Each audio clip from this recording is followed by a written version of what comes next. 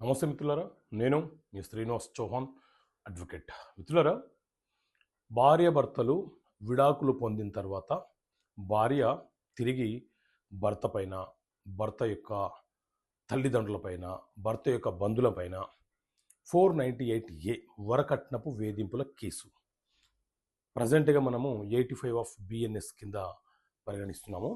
So ఈ case నమోదు చేయడానికి అవకాశం ఉంటుందా?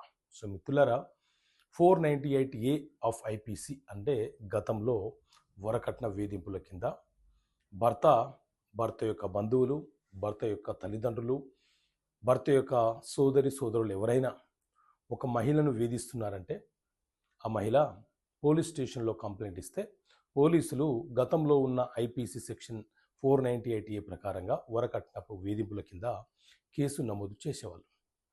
సో 2024లో మన దేశంలో బిఎన్ఎస్ భారతీయ న్యాయ సంహిత అనే క్రిమినల్ చట్టం అమలులోకి వచ్చింది కాబట్టి ఆ 498A సెక్షన్ 85 సెక్షన్గా మారిపోయింది.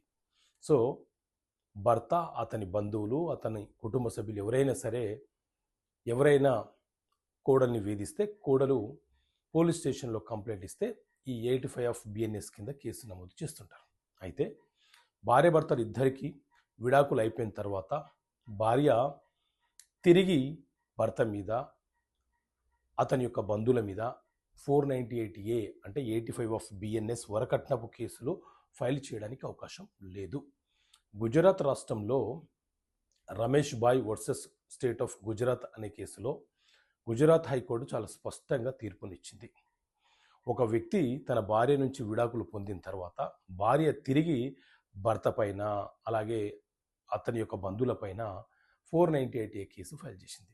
దాంతో ఆ భర్త ఆ ఎఫ్ఐఆర్ను రద్దుపరచండి, ఆవిడకు నాకు విడాకులు న్యాయస్థానం ద్వారా అయిపోయాయి, ఇప్పుడు కావాలని ఉద్దేశపూర్వకంగా మమ్మల్ని ఇబ్బంది పెట్టాలన్న ఉద్దేశంతో ఈ రకమైనటువంటి క్రిమినల్ కేసులు మా మీద ఫైల్ చేస్తుందని చెప్పి ఆ ఎఫ్ఐఆర్ను రద్దుపరచమని చెప్పి అతను గుజరాత్ హైకోర్టులో క్వాష్ పిటిషన్ వేసుకుంటే దీని మీద విచారణ జరిపినటువంటి గుజరాత్ హైకోర్టు ఆ ఎఫ్ఐఆర్ని రద్దుపరుస్తూ భార్యాభర్తలు విడాకులు పొందిన తర్వాత ఎలాంటి క్రిమినల్ కేసులు అంటే 498A, డివిసి లాంటి కేసులు నమోదు చేసుకోవడానికి అవకాశం ఉండదు అని తెలియపరిచింది. చాలా స్పష్టంగా ఆదేశాలు ఇచ్చింది. సో ఇలాంటి చట్టపరమైన అంశాలు మీకు తెలియపరచడం కోసం చట్టపరమైన సమస్యలకు పరిష్కారాలు అనే పుస్తకాన్ని మేము ముందుకు తీసుకొచ్చాను. ఈ పుస్తకం కావాలనుకుంటే ఇక్కడ కనిపిస్తున్న నెంబర్ కాల్ చేసి పుస్తకాన్ని మీరు పొందవచ్చు. ఓకే మిత్రులారా, థ్యాంక్ యూ. జై హింద్.